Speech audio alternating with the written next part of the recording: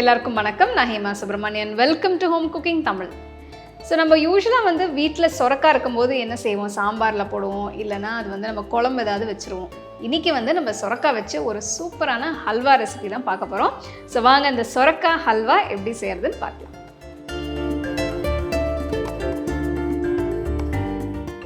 இந்த ஸ்பெஷலான சொரக்காய் ஹல்வா செய்ய நான் 1/2 கிலோ துருவின சொரக்காய் எடுத்திருக்கேன். சொரக்காய் ரொம்ப தண்ணீர் அம்சம் உள்ள காய், அதனால இதில் இருக்கிற தண்ணியை நம்ம வடிகட்டி எடுத்துடலாம். துருவின சொரக்காயை ஒரு ஸ்ட்ரெயினரில் போட்டு ஒரு கரண்டி இல்லைன்னா கையாலேயே நல்லா அழுத்தி விடுங்க. பாருங்க நான் எப்படி செய்கிறேன்னு. இப்படி செய்கிறதுனால காயில் இருக்கிற தண்ணியெல்லாம் வெளியில் வந்துடும். நான் இந்த ஹல்வாவை எலக்ட்ரிக் குக்கரில் செய்கிறேன். நீங்கள் நார்மல் ஸ்டோவில் கூட இதை பண்ணிக்கலாம். ஒரு அகல பேனில் 2 டீஸ்பூன் நெய் ஊற்றி கொஞ்சம் முந்திரி பருப்பு போட்டு நல்லா வறுபடட்டும்.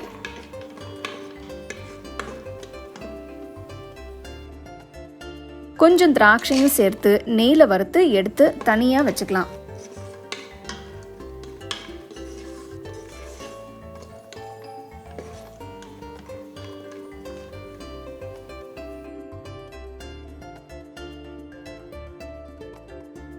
இப்போ அதே பேனில் 3 டீஸ்பூன் நெய் ஊற்றி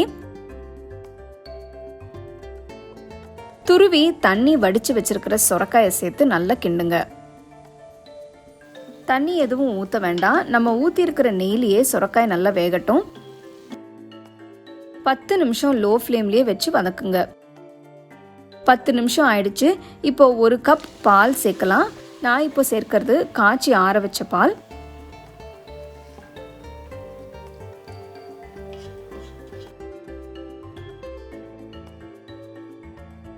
இது கூட 75 கிராம் ஸ்வீட் சேர்க்காத கோவாவை ஆட் பண்ணிக்கலாம்.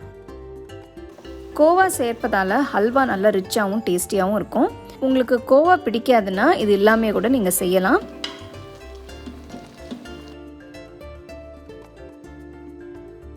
நம்ம ஊற்றின பால், கோவா எல்லாமே நல்லா பிளெண்ட் ஆகி குக் ஆகிட்டுருக்கு. இப்போ நம்ம 3/4 கப் சர்க்கரை சேர்க்கலாம். உங்களோட டேஸ்ட்டுக்கு தகுந்த மாதிரி நீங்கள் சர்க்கரை அட்ஜஸ்ட் பண்ணி போட்டுக்கலாம்.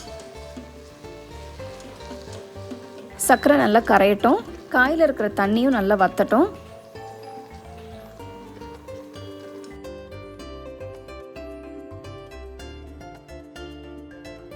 சர்க்கரை நல்லா மிக்ஸ் ஆகி தண்ணியெல்லாம் வத்தினதும் இப்போ 3-4 டேபிள் ஸ்பூன் நெய் ஊற்றிக்கலாம். நெய் நல்லா மிக்ஸ் ஆகிற மாதிரி கலந்து விடுங்க.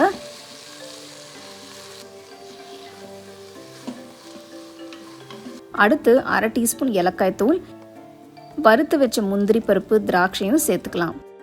நான் இங்கே கொஞ்சம் பூசணி விதையை சேர்க்குறேன். இது உங்ககிட்ட இருந்தால் சேருங்க, இல்லைன்னா விட்டுடலாம். நல்லா கலந்து விடுங்க.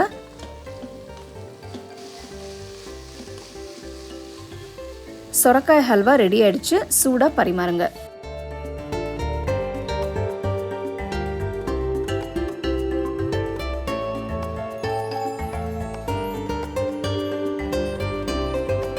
ஸோ அடுத்த வாட்டி வீட்டில் சொரக்காய் இருக்கும்போது சாம்பார் குழம்பெல்லாம் வைக்காமல் இந்த மாதிரி ஹல்வா செஞ்சு என்ஜாய் பண்ணுங்கள்.